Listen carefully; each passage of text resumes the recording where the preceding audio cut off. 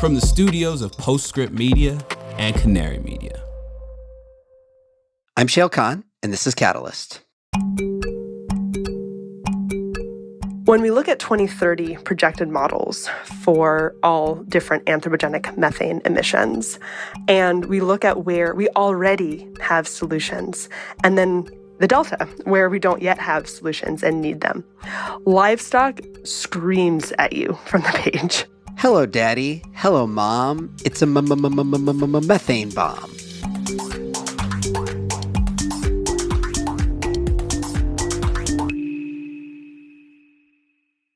Catalyst is brought to you by CohnReznick Capital, a leading renewable energy investment bank servicing the U.S. sustainability sector.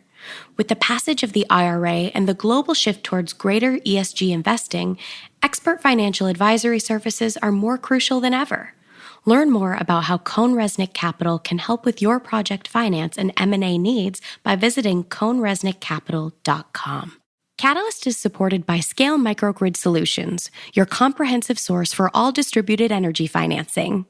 Backed by Warburg Pincus, Scale gives developers more certainty and simplicity in the financing process. They're investing hundreds of millions of dollars into solar, energy storage, microgrids, EV infrastructure, CHP, and more. Their unique technical expertise allows them to pull projects over the line, no matter where they are in the development process. Distributed generation can be complex. Scale makes financing it easy. Visit scalecapitalsolutions.com to learn more. Is it too late to avert the climate crisis? How is our fossil fuel usage impacting everyday life? These questions may seem scary, but former UN Chief Christiana Figueres believes there's hope. In her podcast, Outrage and Optimism, she and her co-host will break down the latest climate news, introduce you to the incredible activists making a difference, and maybe inspire you to play a part in averting climate change. Find Outrage and Optimism wherever you listen to this podcast. I'm Shayle Kann. I'm a partner at the venture capital firm Energy Impact Partners. Welcome. Okay, so just off the top of your head, how much of the collective attention, dollars, resources, whatever, of the global climate community do you think is focused on carbon dioxide relative to all other greenhouse gases? I'd say, maybe 90% CO2, 10% everything else. And in that 10%, it's mostly methane. But according to the Global Methane Pledge, if you want to measure it by dollars, only 2% of global total climate financing goes toward methane today. And in one sense, that's not totally crazy. If you use the typical 100-year global warming potential translation, we'll come back to this later, CO2 does represent 79% of emissions versus 11% for methane. So that's not wildly off. But in that 100-year time frame lies the rub. Methane is, as I'm sure many of you know, a potent but short-lived greenhouse gas. It disappears faster, but it burns hot, so to speak, while it lives. So looking at it from another angle, two stats for you to consider. First, over a 20-year period rather than a 100-year period, methane traps 84 times more heat than CO2.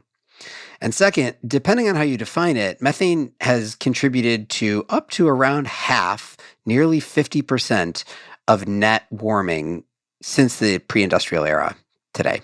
Which is all to say that, in my opinion, methane is underappreciated. So is nitrous oxide, by the way, which is another incredibly potent greenhouse gas, but that's a topic for a future episode. More valuable than my opinion, of course, is that of Erica Reinhardt, who is the co-founder of Spark Climate Solutions, which is a nonprofit that I really respect, which focuses on underaddressed areas of science and technology that have the potential for large-scale mitigation of climate harm, particularly addressing near-term warming, which we will talk about. Erica is much more obsessed than I am with methane, which is saying something. So let's hear why. Here's Erica. Erica, welcome. Thanks so much. Great to be here. All right, so I want to start with explaining an area that is, I guess, mainly the focus of Spark, or at least a big part of the focus for Spark, which is the concept of near-term warming, which I think people don't talk about a whole lot. can you explain what is near-term warming and why do you care about it so much? Yeah, absolutely. So near-term warming is the warming that we're going to see over the next few decades. And the drivers of near-term warming are actually fairly different than long-term warming. Long-term warming is driven mostly by CO2, carbon dioxide, but another whole host of gases are driving our near-term warming. And near-term warming matters a whole bunch because if we look at sort of 1.5 and 2C scenarios, we see massive overshoot. And so how well we do at managing near-term warming is really dictating how much overshoot we're going to have. How are we going to manage the peak temperatures as well as the slope of warming to those peak temperatures, which have a whole host of impacts from hitting natural feedbacks and tipping points to extreme weather that we see. And currently, we don't have a focus on near-term warming. We're not actively managing it as much as we are long-term warming. And both of these are incredibly important to be aware of and managing in parallel. Part of what you're saying here is that, we've set these kind of benchmarks that a lot of folks who pay at least a little bit of attention to climate change understand, those being things like net zero by 2050 or, 2 degrees Celsius of warming or whatever it might be. And I think part of what you're saying is that those in and of themselves don't necessarily reflect the fluctuations over time in emissions, and those fluctuations over time in emissions could actually have a really big impact on what climate change does to people and ecosystems. Is that right? That's right. And let me give you two different sort of examples. So when we talk about temperatures by 2100, let's say 1.5 degrees C, the question here is, what's the path from here to 1.5 by 2100? And what the climate models show is that there are a wide number of trajectories, some of which have what is called high overshoot, and others of which have what is called low overshoot. This is how much above 1.5 do we go over the next few decades before going back down to 1.5? That trajectory matters. The longer that we spend higher, the more risk we are of direct human climate impacts, as well as natural system impacts, some of which may not be reversible, and some of which will further drive warming. The other thing that's important to understand here is that net zero by 2050 is an important goalpost on the way to being able to maintain lower temperatures. However, it's not the entirety of the story. There are many different gases here that are very important, and some of which have more near-term impact. And so net zero by 2050 for CO2 is critically important for managing long-term warming, but we cannot forget about the other pieces, primarily around short-lived climate pollutants, that are going to be even stronger levers towards managing that near-term warming, that peak temperature, that overshoot. Right. So that gets to the rub of this conversation, which is, okay, so let's just posit we all agree that near-term warming, that the degree of overshoot matters. If we care about that, then I think, the obvious thing would be, well, that just means we need to reduce emissions as fast as humanly possible. We can't wait around until the 2 decades from now to make all of our emissions reductions. And yeah, that's obviously true. But what you're saying is, in addition to that, there's this other dynamic, which is that there are different greenhouse gases and they have different lives in the atmosphere. And the shorter lived ones, which have a higher global warming potential, are in the long term, they won't live in the atmosphere as long, but in the short term, they have a bigger impact. And so if one of the things you want to optimize for is minimizing near-term warming, actually you should be paying more attention to those short-lived pollutants as opposed to the long-term pollutants. Obviously, you need to do both ultimately, but is that what kind of led you down the path to okay, one, we care about near-term warming and overshoot, so two, we should be dedicating more attention to non-CO2 greenhouse gases? That's right. And I want to make clear that this is the biggest yes and.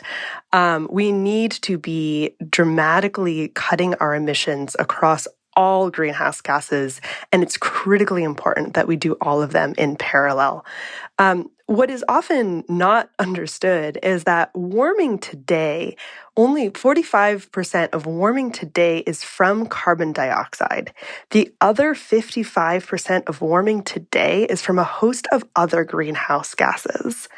And so what we see is current warming and also very near-term warming is really driven by a whole cornucopia of different types of emissions that need huge levels of attention on them as well. Can you just briefly explain how gases act differently? Like, what is the mechanism that causes these different lifespans and impacts? So each greenhouse gas has its own atmospheric lifetime. The reason that CO2 is so important is that its atmospheric lifetime is really, really long. And that's why it's called a stock gas. The amount of warming that's caused by atmospheric CO2 is basically based on the accumulated emissions of CO2. That's why it's so important that we not only pay attention to net zero CO2, but also our path to get there. We want as low of cumulative emissions on our way to net zero. Other gases act differently, though. Methane, for example, is currently causing 0.5 degree of warming. It's about 30% of current gross warming. Methane has an atmospheric lifetime of about 12 years. The reason this is so important for managing near-term warming is that by cutting methane emissions, we actually have a cooling impact on the atmosphere. So when you cut CO2, you stop warming the atmosphere even more than it already is. When you cut methane, you eventually, over about a decadal time span, start actually bringing that warming down.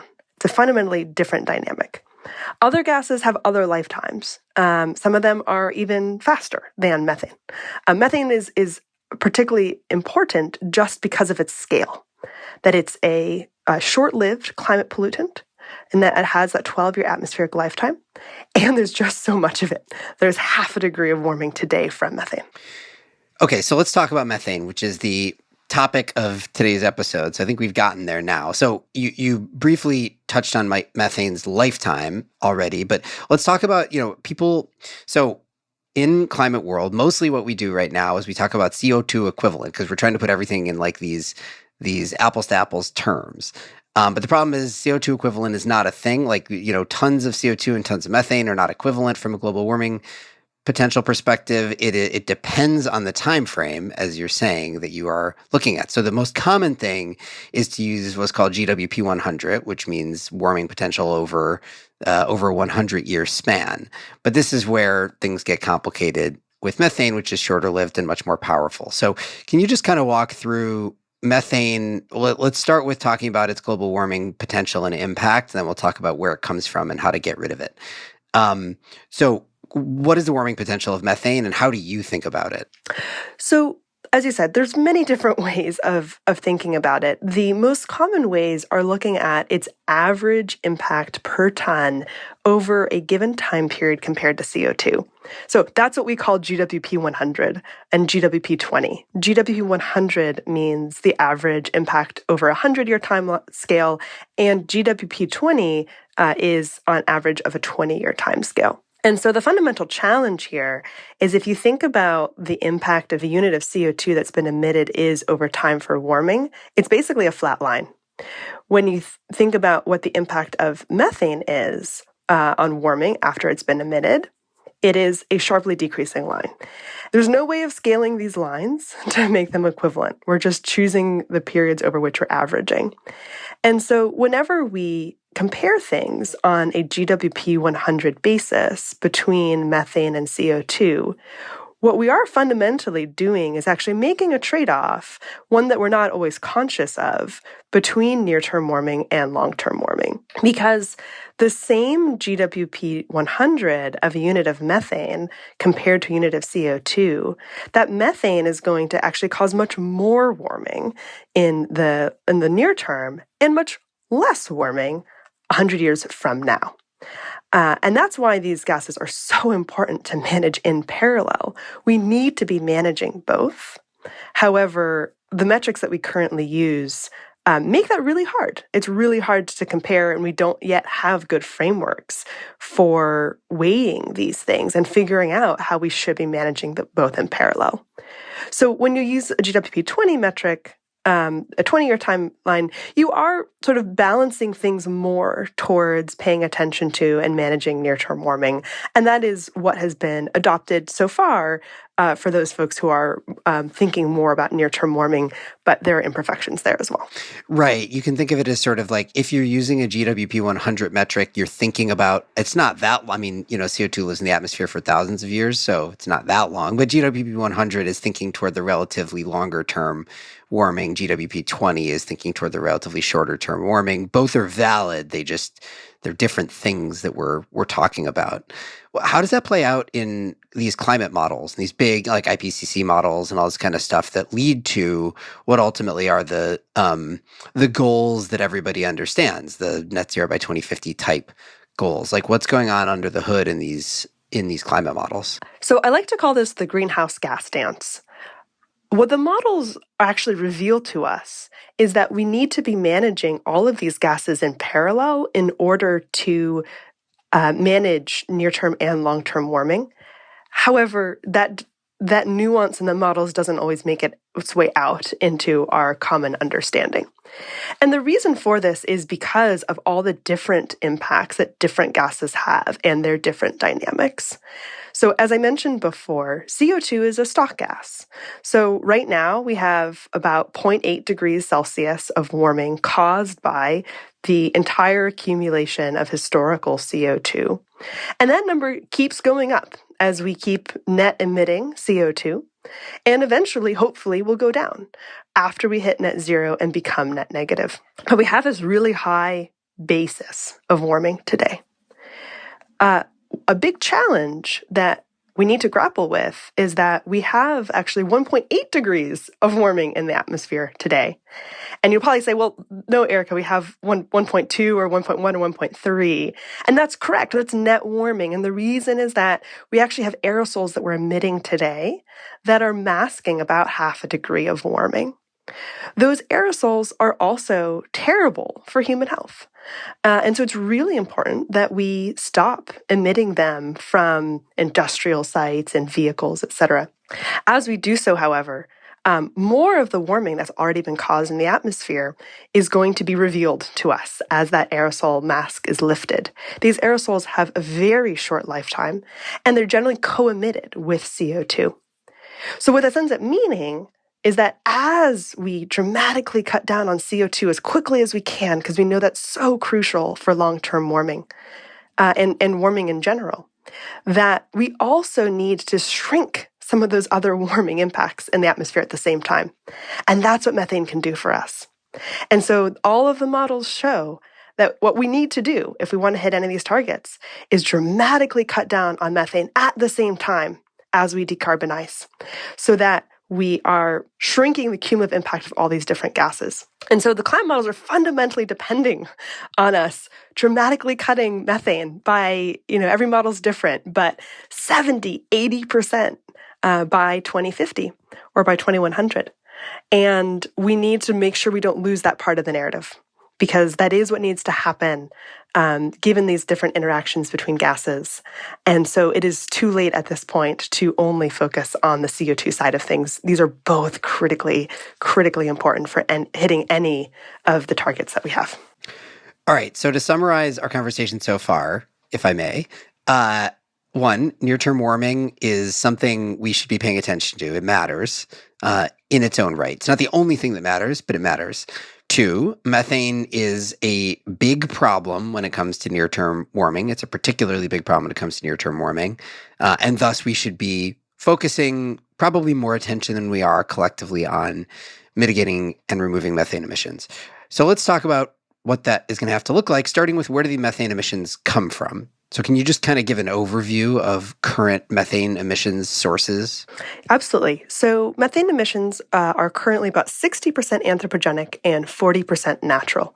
Most of those natural emissions were also pre-industrial. And so we really care about the elevated emissions, which right now is primarily anthropogenic.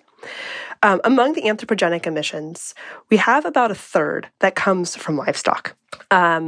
There's another quarter that comes from oil and gas, about 10% that comes from coal mining, another 10% that comes from rice, and another about 20% that comes from waste and wastewater. So these are very different sources by and large than CO2. Methane usually comes either from a biogenic process or leak or waste. On the natural side, it's mostly wetlands today, and there is concerning early evidence that these natural emissions are also increasing. So just to editorialize on this for 1 second. So, okay, there's one category there that I think we can be hopeful that, whether or not we're paying direct attention to methane probably will decline over time, hopefully faster than it has been historically, and that's coal mining, right? Coal mining for various other reasons, to avoid the burning of coal, which creates CO2, not methane, but to avoid the burning of coal, we're trying to move off of coal and onto other sources of energy anyway. So that one probably needs to go down as fast as possible, because people I don't think always appreciate that in addition to burning coal creating CO2, mining coal creates a lot of methane, or emits a lot of methane. But that one aside, the other, I think, particularly notable thing that, at least in my view, most folks don't appreciate is that there is more methane emissions from livestock today than oil and gas, which I think is interesting, because on a relative basis, I do think where there's a lot of talk about methane, it tends to be focused on oil and gas, right? And we'll talk more about the solutions in those categories in a minute. But on a relative basis, we talk a lot about methane mitigation for oil and gas, and not as much about methane mitigation in agriculture, except to the extent that we recognize that cow burps are a problem. And so that feels to me, I'm curious if this is your impression as well, that feels to me like a bit of an imbalance in terms of the relative impact versus relative attention paid. That's right. There's a common misconception that methane is really only about oil and gas. That is a crucial component of it, but it is only about a quarter. There's many reasons for that focus.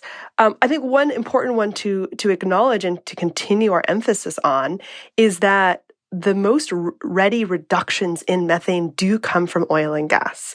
We have ready solutions there, and that is a place where we can start to bend the curve of methane. And there's some really important policy change and advocacy happening today in order to start achieving those goals. Yeah, so I want to come back in just a minute to mitigation and the different solutions in those different sectors. Before we do, so we just talked about all the sources of methane emissions. I mean, I think one thing people appreciate more in CO2 world is the sinks. What are the natural ways in which we uptake CO2? So soil and the ocean, things like that. What does the equivalent look like in methane world? Do we have significant natural methane sinks? We do. The bad news is that they're not keeping up. And so we do see that methane is increasing in the atmosphere and accumulating there. So the methane sink is quite different than the CO2 sink, and that the methane sink is a conversion. And so 90% of methane ends up being what's called oxidized by something called the hydroxyl radical in the atmosphere. And so this is a chemical reaction that is naturally occurring that is converting methane to CO2 and water. So it does end up as CO2. That CO2 ends up having much less of an impact in the atmosphere than the methane did, given the dramatic difference in global warming potential between methane and CO2. So 90% is oxidized through a very particular atmospheric pathway called the hydroxyl radical. The other 10% of the methane sink is a combination of some other atmospheric chemistry, as well as some soil sinks. So methanotrope bacteria in soils also consume the methane and convert it there. But in total, those are all less than 10%. Support for Catalyst comes from CohnReznick Capital, whose experts have been driven by their passion for ESG and sustainability since day one.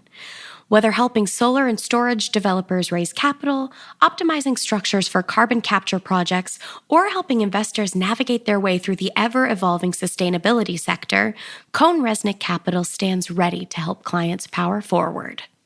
Scale Microgrid Solutions does a lot more than build industry-leading microgrids. Combined with their technical expertise, Scale finances and acquires distributed energy projects of all sizes. Backed by Warburg Pincus, Scale takes an integrated approach to distributed energy financing, setting up developers for success by creating more certainty and simplicity in the financing process. At Scale, the engineers, designers, lawyers, accountants, and project finance experts all work under the same roof, which cuts out intermediaries that add complexity, risks, and costs for developers. Distributed generation can be complex. Scale makes financing it easy. Visit scalecapitalsolutions.com to learn more. Okay, so let's talk about what to do about it.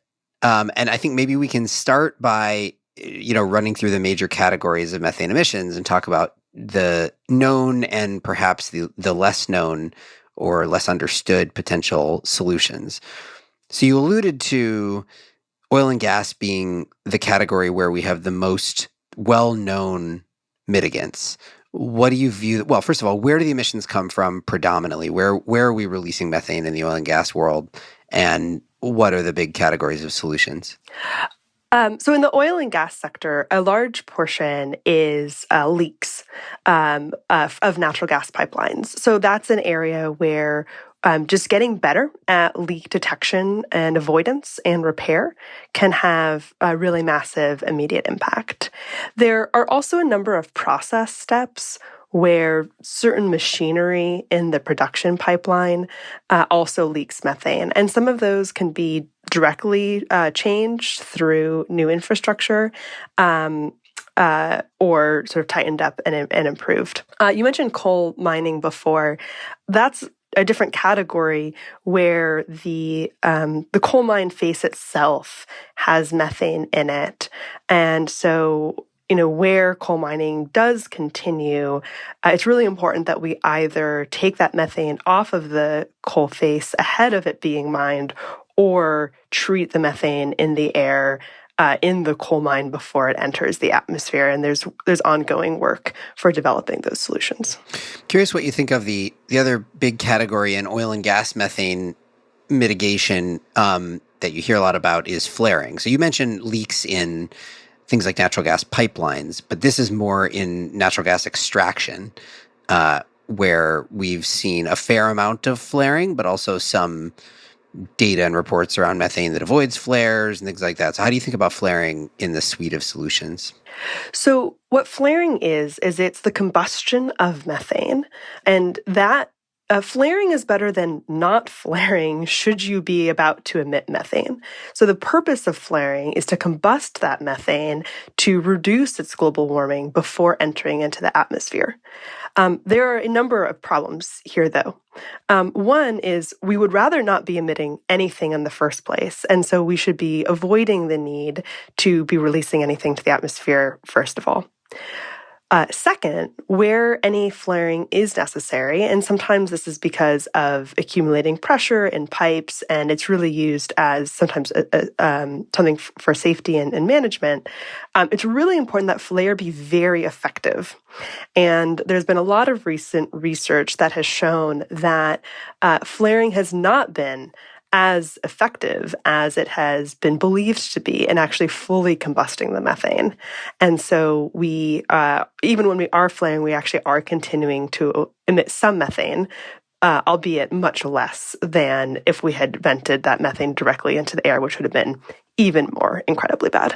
Which also gets to this other category of solutions that have popped up recently, which is instead of flaring, you use that methane to power a data center, most often a Bitcoin mine of late, or, there's some new ideas around using that methane to produce other chemicals that might store the carbon within them and then either be released if they are ultimately burned or they become plastics or something like that, where it's durably stored.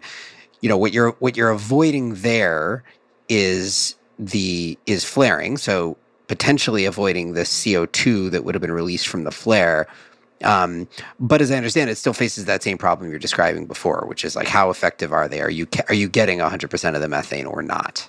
Right. I mean, the goal as we think about any of these systems should be to minimize any type of emissions into the atmosphere directly. And also, if we're going to be burning this methane, which is an energy source, then at least let's use that for some sort of energetic or material value so that somewhere else in the system we can not be burning methane somewhere else and getting that value out of it.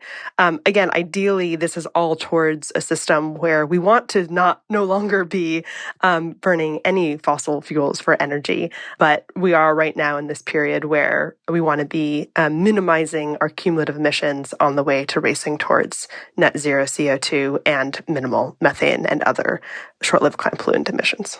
All right, so let's move on from oil and gas and talk about livestock. So first of all, just outline where methane emissions come from in the global livestock population, and then let's talk about what the suite of solutions looks like there. Sure. So livestock is about a third of methane emissions today. And there are two main sources from livestock. One is basically burps. It's actually them breathing out methane from the digestive tract. And the other is from manure management, so their poop. There are some solutions available today, but a lot more are needed. So in terms of currently available solutions, there are some practice changes that are implementable today that can help to decrease these emissions. Many of those have been adopted already, but there's more work to do there in continuing to develop these practices and have them be fully rolled out. One thing that's fascinating about livestock emissions is just how variable they are across any axis you might look at, be that from different cows of the same species on the same farm to different species to different geographies. There's a lot of different knobs to tune here. And so there are some practice changes that are currently available. On manure management, that's smaller than the burp side. And there we can change how we do manure storage, using things like biogas digesters in order to capture some of that methane and make use of it rather than having it go directly to the atmosphere. There's also a role for demand shifting. So as much as we don't have to have as many cows globally producing dairy and meat, that will have an impact as well. When we look at 2030 projected models for all different anthropogenic methane emissions, and we look at where we already have solutions, and then the delta, where we don't yet have solutions and need them, livestock screams at you from the page. The remaining livestock emissions for which we don't yet have supply side, so production side solutions for cutting methane, it's the largest single category of anthropogenic methane emissions that we don't yet have technical solutions for. And this is going to have to be a mix of both working to have the growth of livestock brought down because the number of livestock is still dramatically growing, and also figuring out for whatever that massive remainder of livestock is that we will almost certainly have in the 2030 timeframe, how can we better minimize these methane emissions? Right. So what you're saying in brief is there's things that there are practice changes that we can make and are already being made, and those have an impact, but it's honestly, it's sort of an incremental impact, right? If we're still going to have 1 billion cattle in the world, there's only so much we could do out of practice change alone. So the second question is, are we going to have 1 billion cattle in the world? And that's where things like alternative protein, alternative dairy come into the mix. And there, it sounds like you're saying, yeah, absolutely, we should do that stuff, but let's be realistic about the time frame in which it could theoretically replace this global population of livestock, especially given that currently it is continuing to grow, not shrink, along with global population growth and economic development and all that kind of stuff. And so if you add those two things up, they will have a non-negligible impact, but they are not the solutions alone. Yeah, I think this is a place where we kind of need to be going down and everywhere saying yes and, given where we're at, right? So it's yes and carbon dioxide and methane. And within these methane sectors, it is yes and of we need to deploy the solutions that we have today. We need to continue developing additional solutions. And in this case, there's a role for both cleaning up our supply and shifting our demand. And it's all these things working in parallel that are going to help bring these numbers down as much as possible. All right. So I want to then talk about some of the things we don't really have yet, at least not at fully mature scale, both specifically maybe for a minute on livestock, and then more broadly on methane reduction and even methane removal. So in the livestock category, I mean, the other thing that has started to emerge is this class of generally feed additives for cattle that come in a couple of different forms, but the main one is what's called bromoform, which is this compound that comes from Asparagopsis, which is this red seaweed that's native to Australia, that has been proven to have a meaningful, though not 100%, impact on cow burps, essentially, on mitigating cow burps. What's your take on that category? So finding anti-methane solutions for cows and all livestock is incredibly important and will be wildly impactful in helping to manage near-term warming. When we think about what the solutions are that we would hope to have, there's something that would be globally applicable, different geographies, different types of cow management, right? From both things that are in a barn and out grazing, be highly efficacious, right? So get as close to we can to 100% reduction of methane, and be low cost and easy for the farmer to apply so that this actually happens. We unfortunately don't yet have any solutions that check all of those basic boxes. We have incredibly valuable work going into solutions that are going to help address a portion of that pie of emissions, but we don't yet have things that are going to take care of the vast majority. And the main reason for that is that huge numbers of cows globally are out grazing and are not in environments where they're being constantly fed human mixed food. And the vast majority of the solutions that we have so far today, including Asparagopsis, including 3-NOP, are things that we need to be feeding the cows all of the time.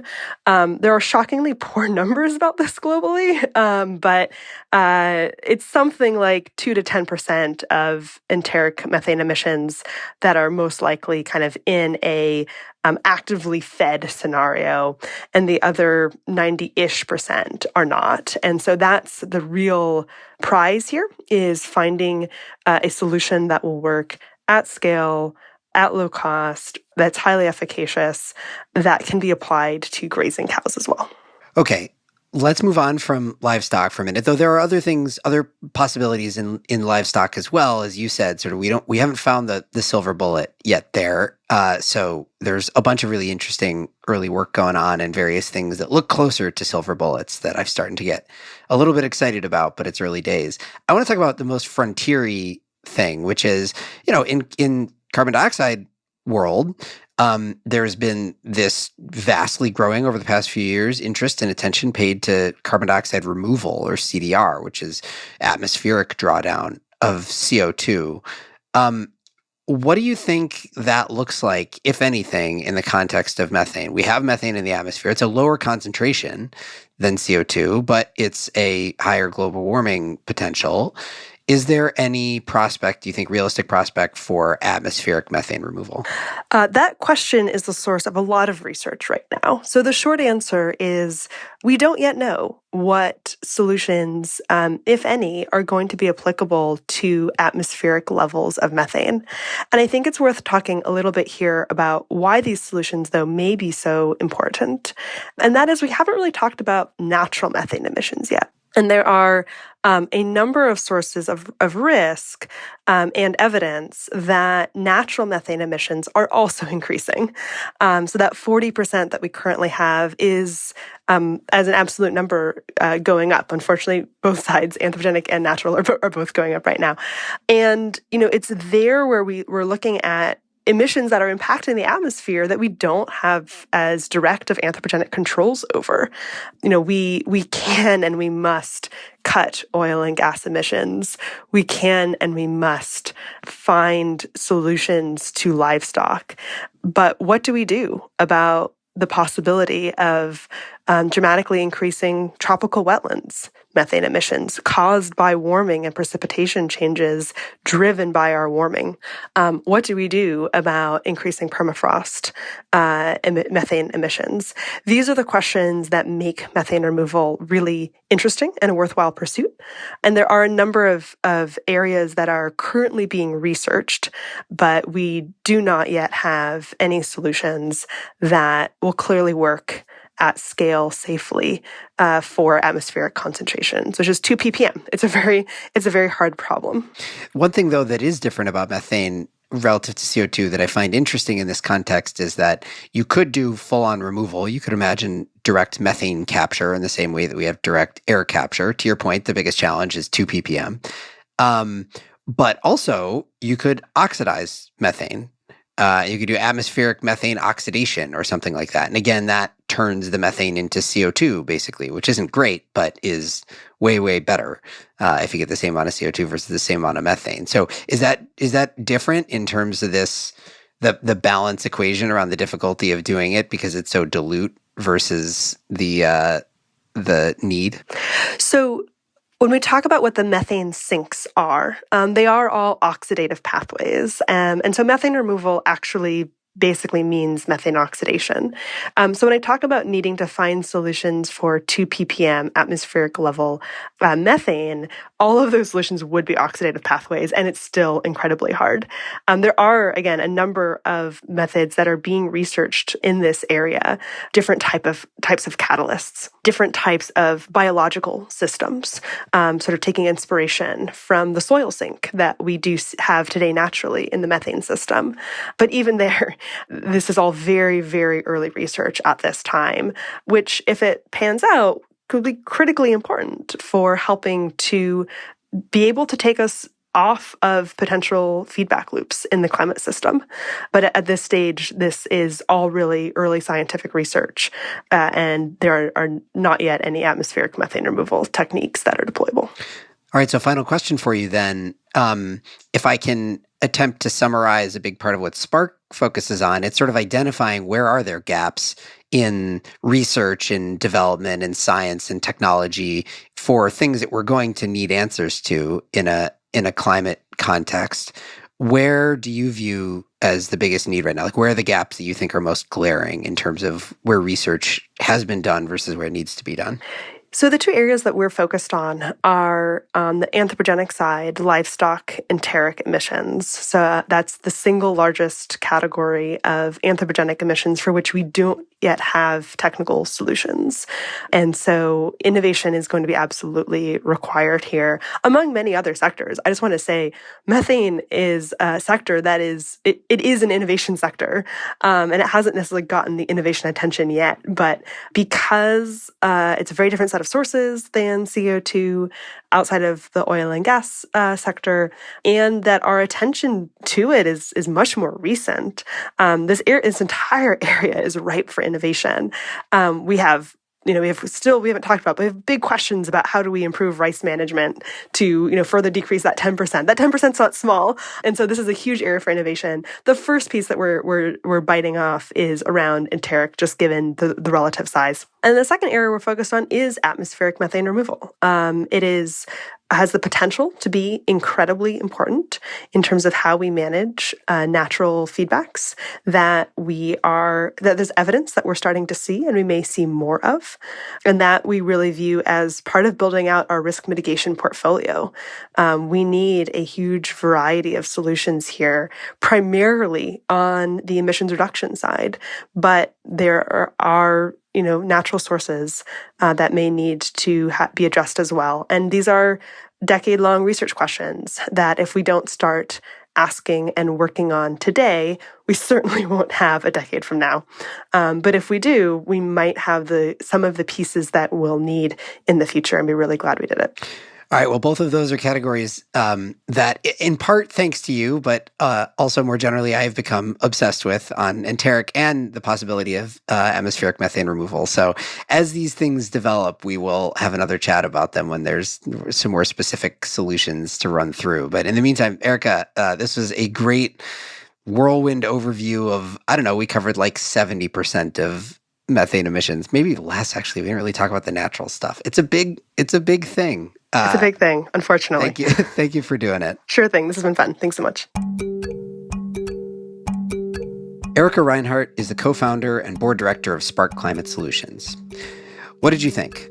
First of all, did you get the Cherry Bomb song reference at the beginning? This was an area of active debate between my wife and I. First of all, how old are you? And second of all, did you get that reference? More importantly, what did you think of the actual episode? Methane is a gigantic category, and we covered a little bit of it. So tell us what else we should talk about. I mean, rice paddies, for example, we barely got there, and it's a huge thing. So always welcome your feedback. Send us a voice memo or an email at catalyst@postscriptaudio.com. You can find the show on Twitter at @CatalystPod. You can find me there too. And if you liked the show today, as always, go over to Spotify or Apple Podcasts and leave us a rating and review. This show is a co-production of Postscript Media and Canary Media. Head over to canarymedia.com for links to today's topics. And as always, Postscript is supported by Prelude Ventures, a venture capital firm that partners with entrepreneurs to address climate change across a range of sectors, including advanced energy, food and ag, transportation and logistics, advanced materials and manufacturing, and advanced computing. This episode was produced by Daniel Waldorf, mixing by Greg Vilfrank and Sean Marquand, theme song by Sean Marquand. Our managing producer is Cecily Meza Martinez. I'm Shayle Kann, and this is Catalyst.